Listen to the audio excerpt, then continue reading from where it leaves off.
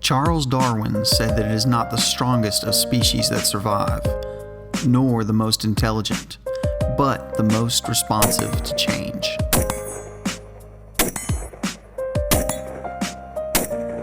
And I can't think of a rifle more adaptable, customizable, adjustable, or changeable than the Sig MCX. There's so much to discuss on the MCX, it's hard to figure out a starting point.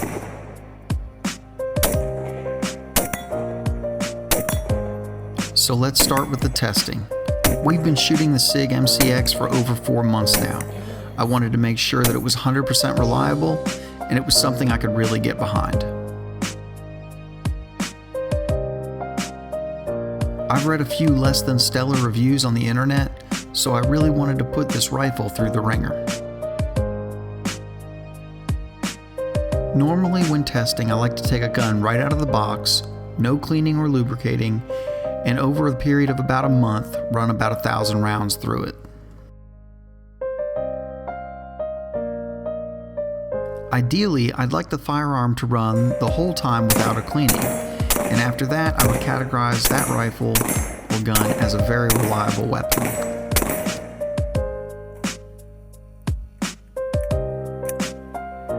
Now, I don't stomp it into mud or throw mud in the internals to see if it will work.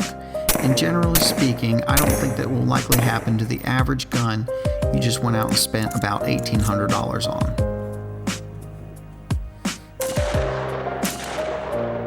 I can say that this particular MCX has pushed over 2,000 rounds down the pipe without a cleaning, service of any kind, or a single malfunction. And in my opinion, that says a lot about the reliability and the quality build of a firearm.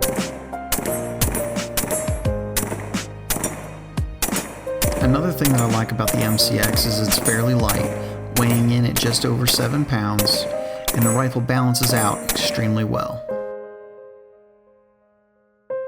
The barrel looks very thin, maybe just slightly larger than a pencil barrel, and I'm sure that Sig did this to save weight. My first impression, given the weight and the thin profile barrel, was that the accuracy would probably suffer. I thought for sure this thing would be shooting ball cap size groups, but I couldn't have been more wrong. The MCX is surprisingly accurate, shooting amazing groups. This is a sub-MOA rifle. And of course, when you're hitting everything you're aiming at, it makes the gun very enjoyable to shoot. Saying this rifle is feature-packed would be a huge understatement. I'm going to start with probably the most polarizing, the either love it or hate it stock.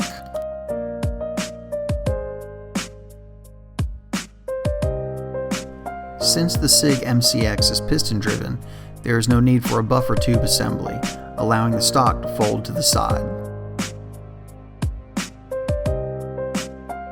The stock that comes with the rifle in its standard configuration is skeletonized for weight, locks up tight in both positions, and the hinge is very well designed.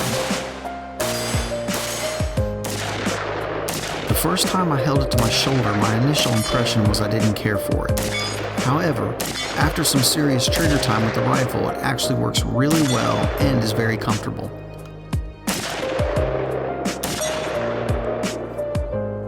When shooting, it does what any good stock should do, just fade into the background and not be a consideration. Other shooters said the same thing, and at least for me, the length of pull is about perfect. Plus, when you fold it, the gun is really compact. Once they're available, I'm probably going to try out one of the other stocks, but I am very happy with this one for the time being.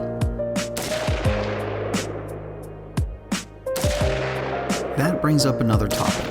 There's like a million accessories for this gun, which is amazingly cool. However, almost none of them are available right now. This is Magestic. Caliber conversions, several stocks, different rails, different length barrels, brace adapter kits, and buffer tube adapter kits, all coming to a SIG website near you. Soon, hopefully.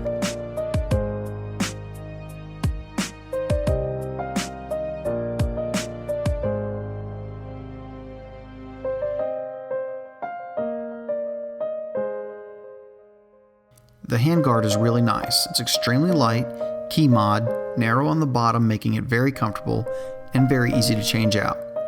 Just pull the front takedown pin and the rail comes off.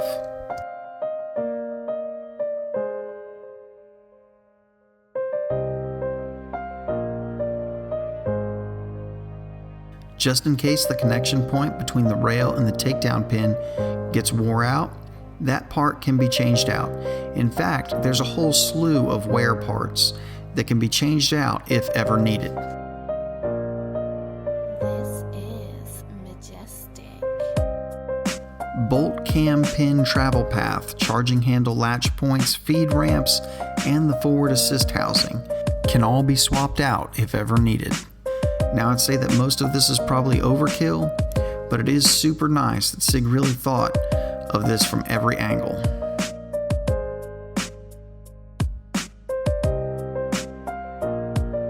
When you think about it, that means you could buy this one rifle and some spare parts and literally use it for the rest of your life without ever having to worry about anything ever wearing out. We kind of touched on it, but the barrel changes out very easily with these two screws. This allows the user to change the length of the barrel and do caliber conversions.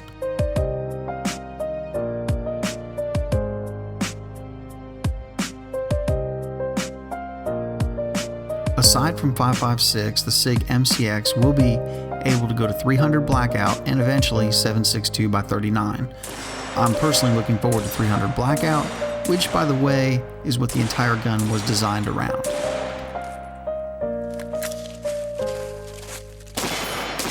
Some little things that are excellent are the pistol grip. It's very comfortable. However, if you don't care for it, any standard AR pistol grip will fit.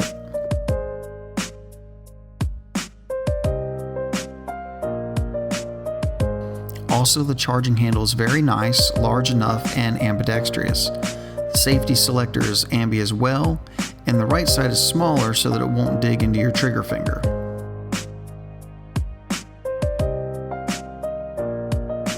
This is Magestic.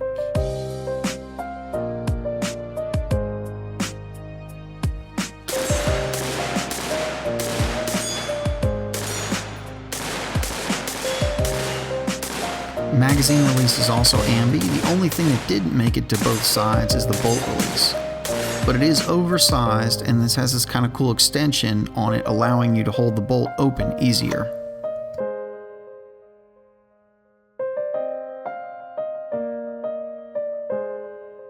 The gas system is adjustable for suppressed fire, and the sights that come with the rifle are very good.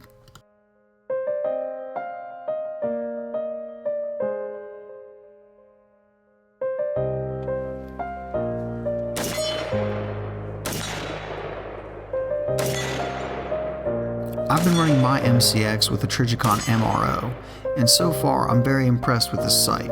It's light, doesn't take up much room, and I love the field of view. This is Magestic.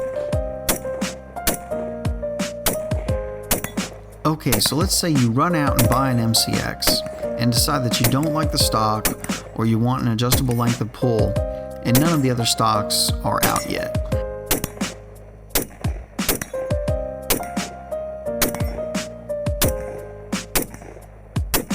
Well, fear not. If you have an AR laying around, the Sig MCX upper will work on any standard AR lower. I had this old DMR build with a PRS stock and a matched trigger, and it was interesting shooting MCX upper on that lower.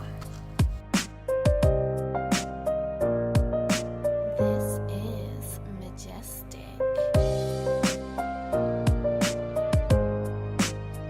It's super cool that Sig allowed for that kind of flexibility. And I wouldn't do it real long term because the MCX will beat on your buffer a little bit. There is supposed to be a kit coming out that will make this better, but it does work just fine without the kit.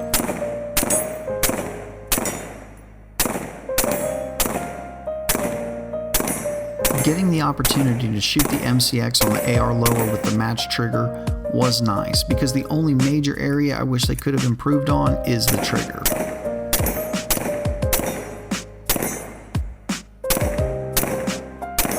The trigger is far from great, which is a shame because everything else is so well thought out and over-engineered on the rifle.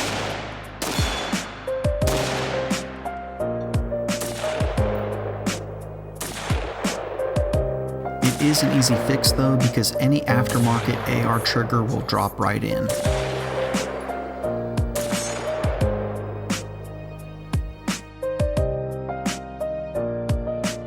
Internally, all the machining is very well done and everything appears to be of extremely high quality. Some people have compared the design of the bolt to the AR 180.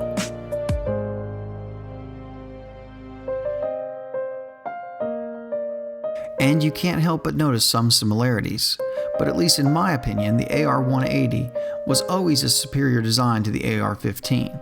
Furthermore, I'd say that the AR 18 or the AR 180 had a great deal of influence on all the next-gen rifles coming out in recent years, from the SCAR to the ACR to the MCX.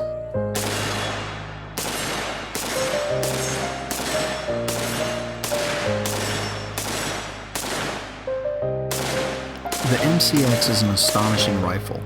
In my opinion, I'd say it's the best of the next-gen rifles to come out in years.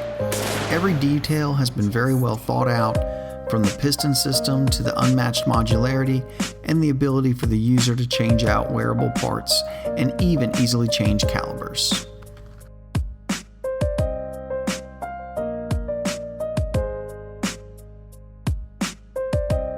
Sig has looked at the modern sporting rifle from every aspect and made it better, tougher, and far more adaptable.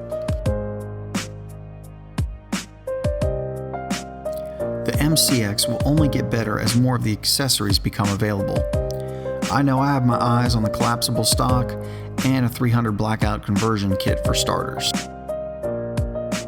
This is Magestic.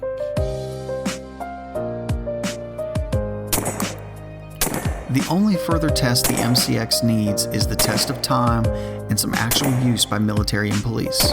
Interestingly enough, the London Metropolitan Police have already adopted the MCX for dignitary protection.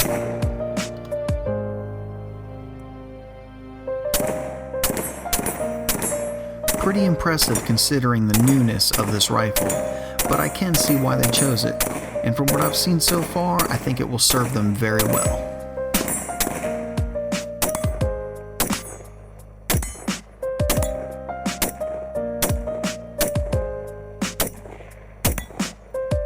This is one rifle that lives up to and exceeds the hype around it, and truly is the evolution of the modern sporting rifle.